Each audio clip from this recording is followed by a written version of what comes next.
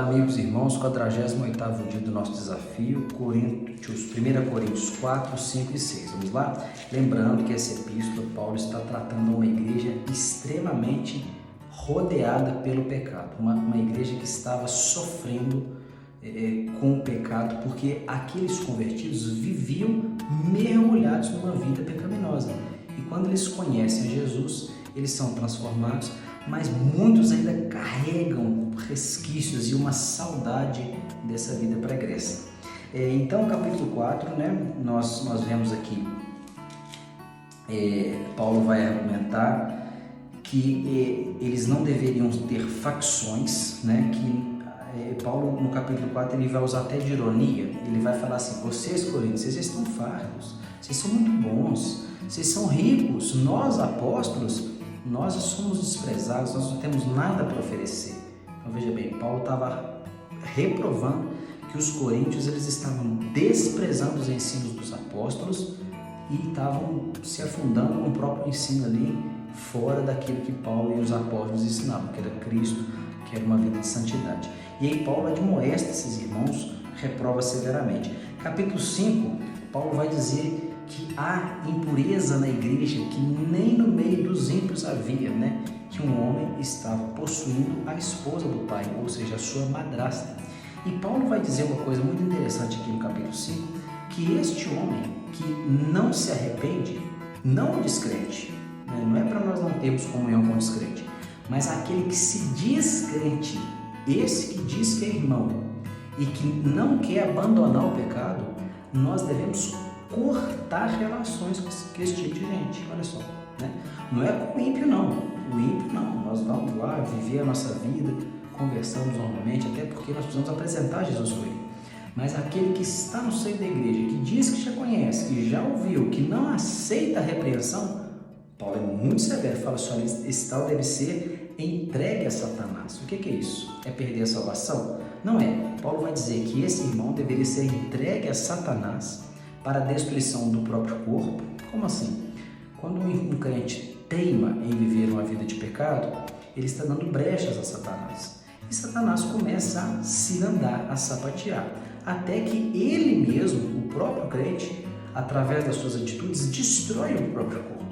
Ele entra em brigas, vamos colocar assim, ele entra nas drogas, ele entra no adultério, ele entra na bebida, então ele destrói o próprio corpo, Ele fez os desejos de Satanás e destruiu o próprio corpo. Mas, veja bem, capítulo 5, versículo 5, entregue para Satanás, para a destruição da carne, para que o espírito seja salvo. Interessante, irmãos, que esse irmão aqui, que estava recebendo essa repreensão, na segunda carta aos Coríntios, nós veremos posteriormente, que ele converteu, ele voltou, e Paulo fala: recebam com amor, para que ele não seja consumido por excessiva tristeza. Então olha só, a repreensão tem que ser dada, porque a repreensão no momento certo cura. Muita gente, irmãos, se perdeu, porque na hora de repreendermos, sermos firmes, nós passamos a mão na cabeça e agora elas se perderam. Talvez se nós tivéssemos sido duros, incisivos, aquelas pessoas teriam se arrependido e voltado ao caminho da verdade, Então é um alerta para nós hoje. Capítulo 6, Paulo censura novamente a briga entre os irmãos, que haviam irmãos ali que estavam levando outros na justiça, Um estava devendo, levava na justiça. E Paulo fala assim: olha, isso não é apropriado. Se isso vai causar escândalo, é preferível até você tomar o prejuízo, tá vendo? Então já havia irmãos dando prejuízo a outros lá na igreja primitiva, irmãos. Na igreja primitiva não é perfeita, não foi, Então se você procura uma igreja perfeita, desista. Então, nesse aspecto, Paulo continua e ele diz, que nós haveremos de julgar até os anjos. Olha só que interessante, a igreja tem essa promessa, de julgar até mesmo os anjos num futuro momento aí do plano escatológico de Deus. E o capítulo 6 termina com uma coisa muito interessante.